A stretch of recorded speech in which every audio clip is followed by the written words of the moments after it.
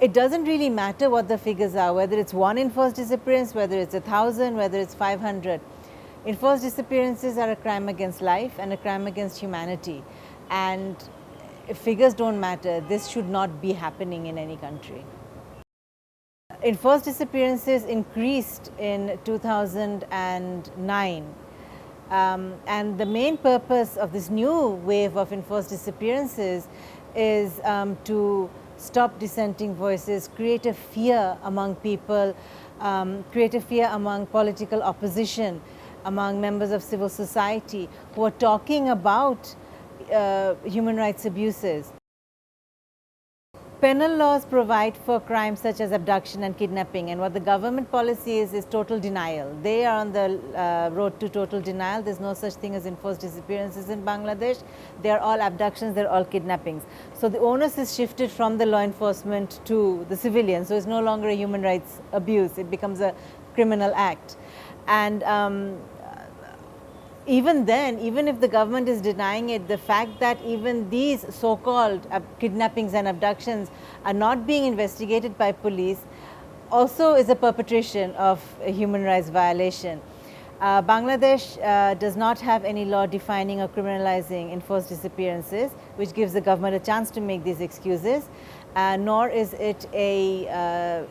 it ratified the Convention against enforced disappearances.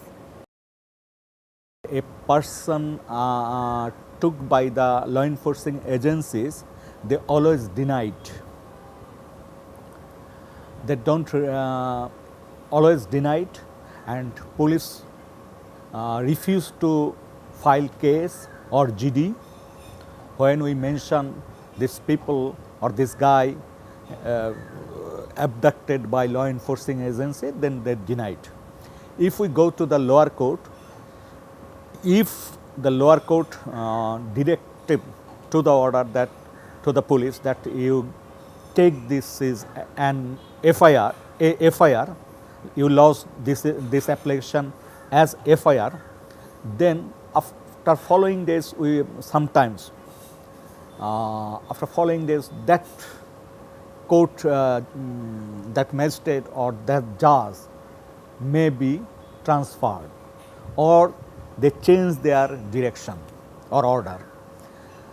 So, justice system, law enforcing agencies and government are not accountable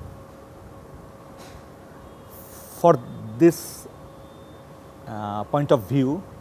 We are not achieve more.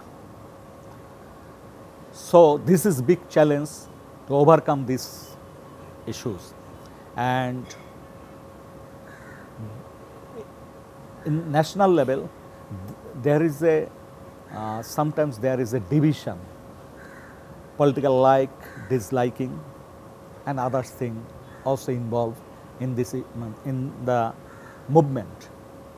For that reason, the strong sometimes we get many information, many evidence, but we don't fight against this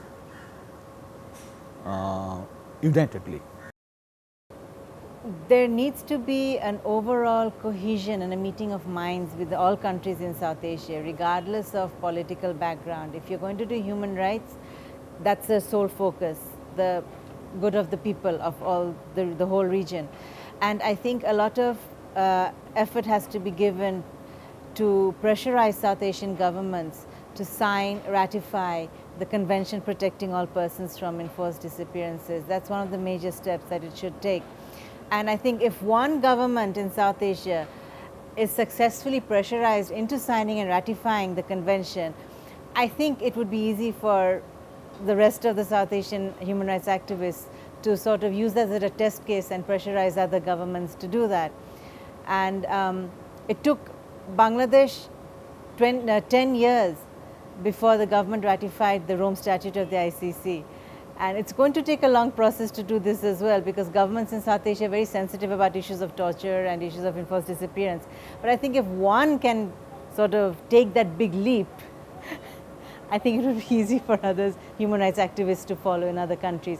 So that is necessary, that combined pressure and combined consensus, yes, this has to be ratified, and we have to find a strategy or form a network, something like an Asian network for the enforced convention for enforced disappearances, and work towards holding awarenesses, advocacy, grassroots level activism, to build pressure and awareness that this is happening throughout the region, and this is a convention or an international document that would protect everybody in the region, and this is for the good of the government. It's nothing that we're doing bad, or it's nothing negative. So if the governments can ratify other human rights conventions, such as the Convention for the Protection of Civil and Political Rights, the CEDAW Convention, the Convention Against Torture, then why not this?